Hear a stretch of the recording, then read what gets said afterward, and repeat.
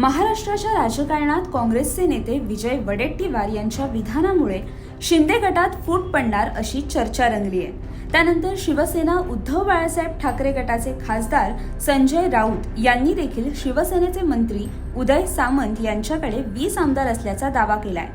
नक्की संजय राऊत काय म्हणाले पाहूयात। मुळात काँग्रेस काय सांगते की उद्धव ठाकरेजींना संपवून उद्धव ठाकरे संपलेले नाही। बाळासाहेब ठाकरे माननीय हिंदू हृदय सम्राट त्यांनाही संपवण्याच्या वल्गना झाल्या त्या काळात, पण आम्ही सगळ्यांना उरून उरलो। उद्धव ठाकरे यांना संपवण्याची भाषा हे काँग्रेसवाले करतायत। संपले, तुम्ही कुठे आहात? तुम्ही कुठे आहात? शिवसेना संपली नाही, शिवसेना संपणार नाही आणि उद्धव ठाकरे यांच्या नेतृत्वाखालीच आम्ही पुन्हा उसळे घेऊ। आणि भारतीय जनता पक्षाची ही कूटनीती आहे, याला संपव त्याला संपव, हा पक्ष फोडा याला विकत घ्या। एकनाथ शिंदेंच्या भविष्यात सुद्धा तेच आहे जे त्यांनी शिवसेनेच्या बाबतीत केलं। भाजपा मोदी शहा कोणालाही सोडत नाहीत आणि विशेषतः जे त्यांचे सख्खे आहेत जे त्यांच्या बरोबर आहेत त्यांना सोडत नाही। सगळ्यांशी त्यांची ठगगिरी सुरू असते। त्यांचं म्हणणं आहे की एकनाथ शिंदेंना बाजूला करून नवा उदय सामंतांचं नाव घ्या ना, उदय सामंतांचं नाव घ्या। डावसला घेऊन गेले उदय सामंत यांच्याबरोबर माझ्या माहितीप्रमाणे 20 आमदार आहेत। संजय राऊतांनी केलेल्या या विधानानंतर उदय सामंत यांनी संजय राऊतांना प्रत्युत्तर दिलंय।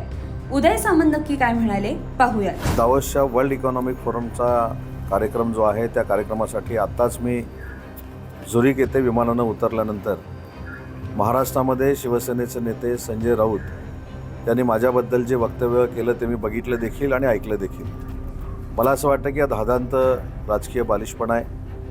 राज्याचे माजी मुख्यमंत्री आणि विद्यमान उपमुख्यमंत्री एकनाथ शिंदे साहेबांनी जो उठाव केला त्या उठावामध्ये मी सामील होतो आणि त्याचमुळं मला राज्याचं 2दा उद्योगमंत्री पद मिळालं याची मला पूर्ण जाणीव आहे। आणि म्हणून अशा एका सर्वसामान्य नेत्यानं माझ्या राजकीय जीवनामध्ये मला घडवण्यासाठीचे प्रयत्न केलेले आहेत ते मी कधीही विसरू शकत नाही। आणि माझे आणि एकनाथ शिंदे साहेबांचे संबंध हे राजकारणाच्या पलीकडचे आहेत, त्याच्यामुळं कोणीही आमच्या दोघांमध्ये वाद लावायचा जर प्रयत्न केला, केविलवाणा प्रयत्न केला, तो यशस्वी होणार नाही।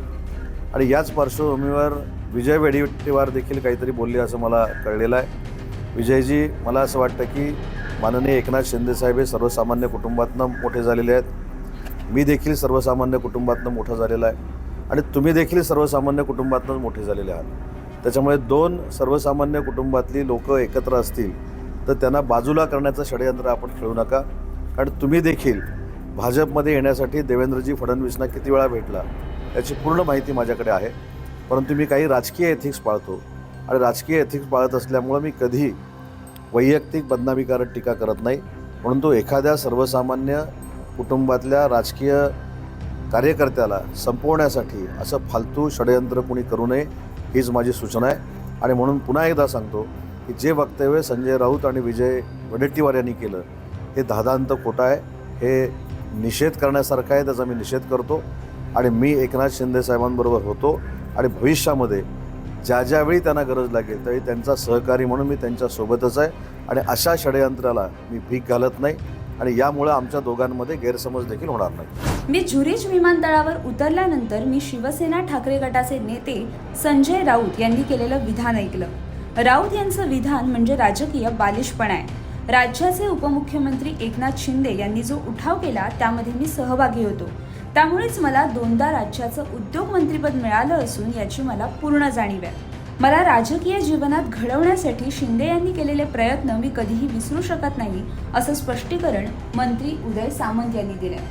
अशाच बातम्यांच्या अपडेटसाठी आणि नवनवीन माहितीपूर्ण व्हिडिओसाठी माय महानगर लाईव्हला नक्की सबस्क्राईब करा।